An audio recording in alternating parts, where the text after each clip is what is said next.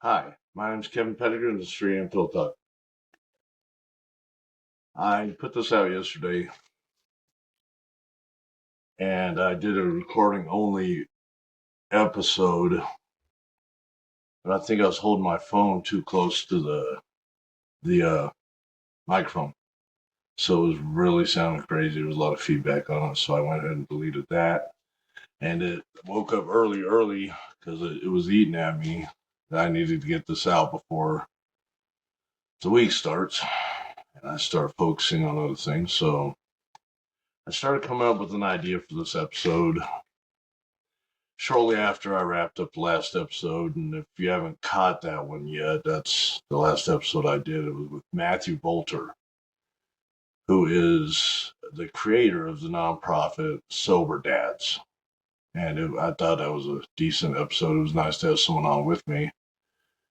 And what he does is he's connecting men with their kids again, and he has open houses and he has events, and he provides a kind of a sober experience, so you can really be present with the kids, and he's passionate about it. So that was nice. I'd like to explain a little better about what I'm trying to accomplish with this podcast. I went through a bit of my history. I just slightly touched on it in a prior podcast, and I realized somewhere along my travels that I am absolutely fascinated with human communication, the way we respond to each other, our nervous systems link up, and the I it doesn't matter your political views, whether you're a dog or a cat person. We're all human, and we all connect to each other in some way, and I think we need to get back to that. So I just simply fell in love with authentic human communication and the simple balance of masculine and feminine energy, and how that is represented all around us through nature. It's the only reason we're here. Is That's it. That's the only reason we're here. I tend to give plenty of dating advice for men, and it's you got to kind of take it with a grain of salt, because this is going to be based on 90% of me fucking up and 10% of me getting it right. So I've failed enough times that I know what I what I know a proper path forward. I've failed that many times. So, and before we get into, before as men, I think before we start any romantic connection, or before we start even kind of looking for something serious like that, we need to work on ourselves. It starts with us, the way we view the world, the way we have healthy emotional outlets, how we can become actual leaders instead of dictators, not just you need to follow me because I have a pair of balls, but more like we have our own house in order, and we live by some core tenets that I believe men should live by, so we can represent the best of ourselves. So let's start with where I have fucked up for most of my life. Is I was a big people pleaser forever. I was such a big people pleaser that shortly after I lost my leg, your stump starts to change shape. Probably for the next, for first couple of years. So I was on my second leg. They were building me a second leg, and what they do is they take a cast around your stump, and they then go on to a check socket and then a carbon fiber socket. Well, the guy had the prosthesis. My prosthesis at the time was having a really hard time getting it right. It was just getting a fit right and everything. And I saw him getting stressed out, and I was like, bro, it's good. This is good. This fits great. So I literally, it's kind of embarrassing to admit, but I literally hobbled around for the next 6 to 8 months on a fucking ill-fitting leg, just because I'm a fucking people pleaser. Another thing is, and this is for ladies, you have to watch out for nice guys. See, nice guys they will present themselves, they will open doors for you, they will buy you flowers, and they put on a show, and it's a presentation, and it's not necessarily connected with their core beliefs or who they are. So it's going to fool you, and you're going to be like, oh, I met this great fucking guy, but over the course of the first 6 months or year, he's going to end up controlling you. And it's kind of like the brainwashing thing where it happens so little that you don't realize what's going on. So he's going to end up controlling you, and he's going to end up manipulating you to get his needs met on the back end. And it's going to become an abusive relationship. So the difference between it's the difference between a good man and a nice guy, I believe, is a good man. He's going to do a lot of the things a nice guy does, but it's going to be kind of a core belief he has. It's how he makes himself feel good. It's something he believes in. He believes in treating you properly. He believes in chivalry. He believes in creating a world around you. So you're not falling for a bait and switch, which is what all really the nice guy has to offer.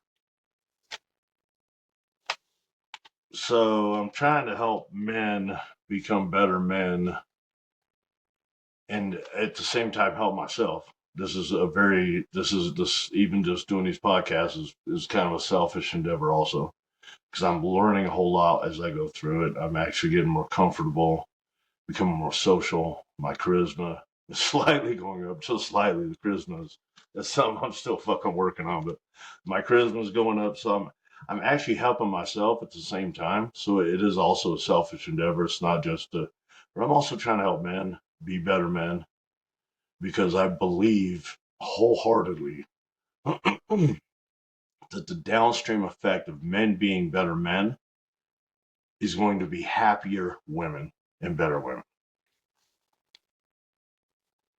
So my original concept for this episode, put an exclamation point on my vape. My original concept for this episode was navigating the Me Too movement and the weaponization, because the Me Too movement was a great freaking movement. It actually despised men who use power and status to put women in compromising positions. And it happened at the same time where women are starting to get careers and they're starting to climb up the ladder, and men forever have used their power to manipulate women and to put them in compromising sexual positions. And I think that's about the least masculine thing a man can do. In fact, it's very indirectly aggressive. It's very feminine-like, and so I want to point out, first of all, I despise that. I think the Me Too movement was a very, very, very good movement. I think if anything, you need to go. Yeah, I wrote down in my notes the other night, kill 100 rabbits, leave her a doorstep, but I don't think that's a proper idea either. I think that's better than using power and control, but I'm sure there's a limit on rabbits and there's a season, so don't do that. I don't want anyone getting in trouble. Let me see. I am looking at my notes because it is early. It is like 4 o'clock in the morning because I couldn't sleep. I needed to get this out. All right. So I think the weaponization of the Me Too movement has shaped modern dating and modern society, the way we relate to each other. And I don't think it's shaped it in exactly the healthiest manner. I think it has made something safer for women. And that is a great fucking thing, but it's also, there's a study that was done, and I don't remember the exact percentage, so don't quote me on this, but there was a very high percentage of women that wanted to be approached in person. But the problem is, if you talk to most men, we don't want to end up on a fucking video on the internet as the creepy guy at the gym or wherever, because there's these videos everywhere. They're just demonizing guys. I actually saw a Facebook post a couple of weeks ago where a woman was like, man, it's just because I talked to him and I smiled at him doesn't mean he should have asked me for my fucking number. Well, that guy was doing his fucking job. He's out there, and you need to give that man props for even coming. Like, if you're already smiling at him, talking to him, what is wrong with him getting your number? Or what's wrong with him asking you for his number? Because you know what, from a guy's perspective, it is hard to approach a woman that we're interested in and ask her for a number. Just ask her out on a date. It's hard for us because we have that fear of rejection. Now, I think a little while back, I decided I wanted to be my authentic self and I want to approach everything I do in life, every situation, every relationship I have from a very, very authentic perspective. And I think in studying up on that, I realized that I think what keeps most of us from being our authentic self is the fear of rejection. Because you get rejected for somebody you're pretending to be, it's not nearly as bad as if you get rejected for being yourself. All right. So that's going to cut a little deeper. So I went through this thing, excuse me. I went through this phase where I wanted to just put myself in situations to get rejected. And I got I got pretty good about quieting that fear of rejection. I still, after getting rejected too many times, I still need to take a nap or lay down or something like that. It still definitely has an effect on me. But I think the best way to become your authentic self is not give a shit about rejection. You need to just put yourself in positions. You need to be yourself, because the people that weeds out of your life, they're going to get replaced with people who actually connect with you authentically, and all your relationships, business, friendship, romantic, they're all going to be 100% better because they're there for you. So now that I went on that little sidebar real quick, that is the way I tried to make sure I became my authentic self. And it's so let's circle right back to the weaponization of Me Too movement. So what I'm trying to do, I don't know how many times we can be online dating and we're sitting here, hey there, how are you doing? How are you doing? How are you doing? How's dating? How's life? Like, it's this freaking monotonous influx of messages and outgoing of messages, and it's so freaking, that human connection is missing, that component of human connection. On top of, I don't think the nervous system is, I think it gets out of regulation. The nervous system does, because we were not built for that many options from an evolutionary perspective. So I try to steer away from the online dating thing. I'm still online, but I try to steer away from it, and I try to make more authentic connections in person, because I think that's really where it's at. Because if you think about it, if a guy's going to approach a woman in person, there are so many emotions involved on both ends. Okay.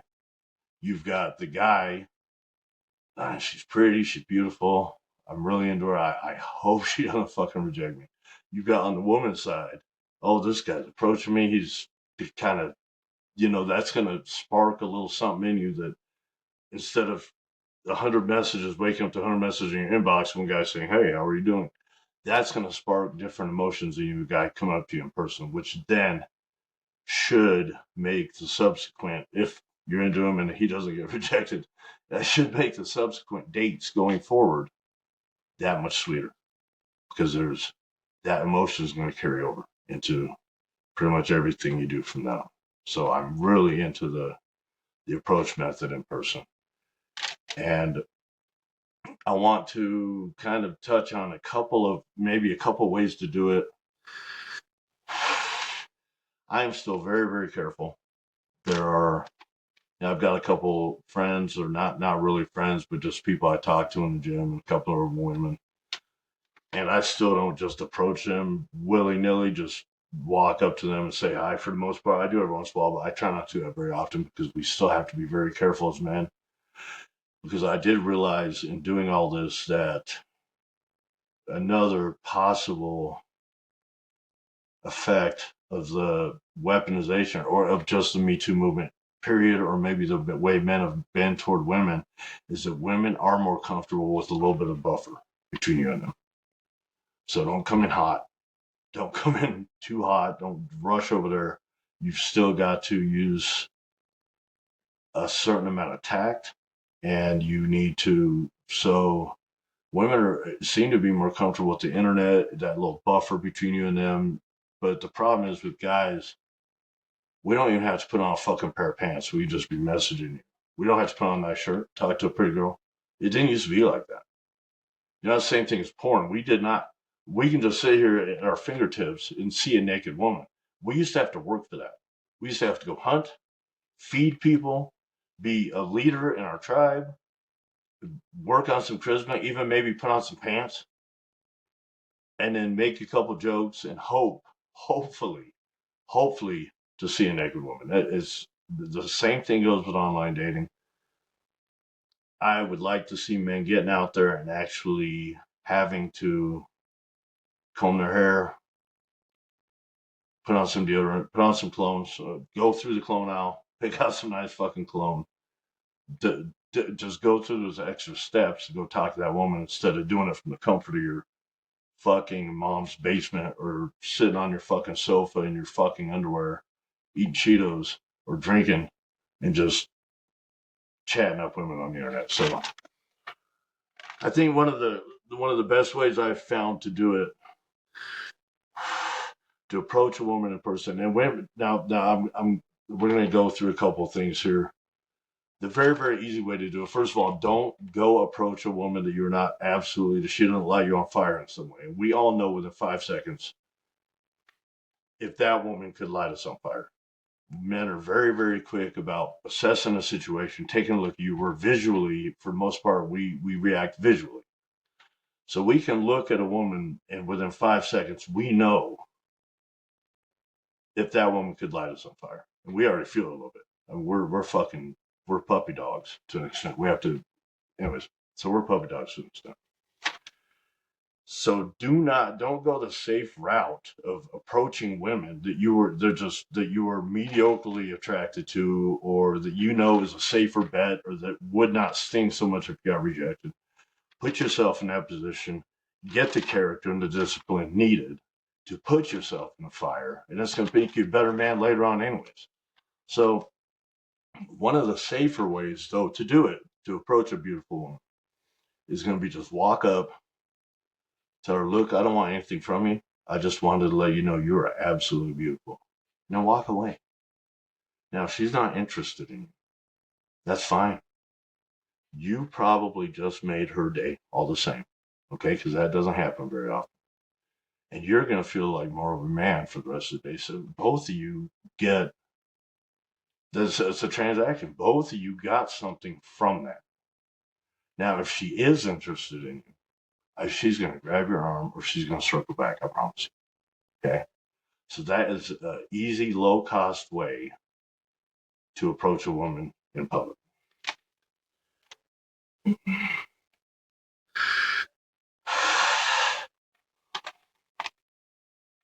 The other way, don't go in hot. If you get past that and you're pretty comfortable approaching women, don't go in hot ever. Never go in hot. Maybe make a couple jokes, say hi, develop a rapport. Hopefully it's a place you frequent, your work, not work. Keep it out of fucking work. That's going to tie right back into that Me Too movement. I can't believe I said that. Keep it out of work, but maybe it's a gym or somewhere you frequent. And just make it kind of a casual connection. So when you talk to, say good morning to her once in a while and see what happens from there. So as men, we still need to create that safe place for women, even if we're going to approach them. And another thing, our nervous systems co-regulate very quickly. You can feel the effect of a negative person 20 feet away from you in the workplace. They did a study on this. 20 feet away from you. If there's a negative, low producing person, it's going to bring down your production and you're going to be more negative. So our body, there's so many things that happen with our nervous systems and our chemical processes. Our bodies pick up on each other very, very quickly. So with anything, as with anything, it takes practice. It's going to take You doing it over and over to get good at it and to weed out that anxiety. Because the quicker you can weed out your nerves and your anxiety, the quicker you can make her feel better on the other end. Because if you approach a woman and you're anxious, she's gonna all of a sudden be anxious. And it may take away some of that safe barrier that she needs for you to make that authentic connection. So I learned something. This is going to be kind of a sidebar thing. I learned something earlier this week. We have twice as many female ancestors as male ancestors. And there's a reason behind that. It's not because the men were at war and they died, because if they died, they'd still be our ancestors. It's because the one good thing about dating apps is it's given us data, quantifiable data, to look at what people react to, what we're attracted to, what women are attracted to, and what kind of guys we're getting with. So the top 10% of guys are getting most of the action, and the bottom 50% of guys are not getting all that much action. Now, I think that's reversible. I think you're in that bottom. If you're in that bottom 50%, I think there are plenty of things you can do to better your chances of getting women. Too many guys turn bitter, and they start hating on women, and they start hating on the whole system. There's a subset of guys who hate dating apps because they think they're not getting laid anymore. But that's not the dating app's fault. It's not the women's fault. It's the more down you are on yourself, the less of a man you're going to be anyways. So I think there are ways to better yourself as a man. And I've gone over that a couple times in previous episodes. There are ways to better yourself as a man, to put yourself in a position, a better position to market yourself so that you can raise your status and talk to more women. So that is what I have on what is it? It's 5 o'clock now. I got up at 3:30 because I needed to get this done. That's what I have on the weaponization Me Too movement. Maybe how we can still make our bids for connection in person while creating that safe place for women. I want to, before I close, I want to say, and this came up the other day, I thought about this. If you're going through a breakup, or if you've been cheated on, or if you're in an abusive relationship, if you're a woman, men get in abusive relationships too. I know I stayed in a relationship I shouldn't have been in for far too long. The same relationship I was in when I lost my leg. And I stayed in that relationship for far too long because I was so down on myself. I did not know who I was anymore with that leg. And metaphorically, you're not a whole person anymore. So I didn't feel like a whole person. I didn't know where I fit in the world. I sure the fuck had no idea how I was going to fit into the dating scene with one leg. So I stayed in a bad relationship for far too long. But if you've been cheated on, and if you're in an abusive relationship, or if you just going through a breakup, guys, let me circle back real quick. No, we'll stay here. We'll stay the course. We'll close this out.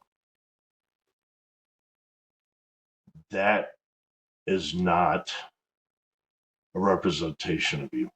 That is somebody else's fucking up.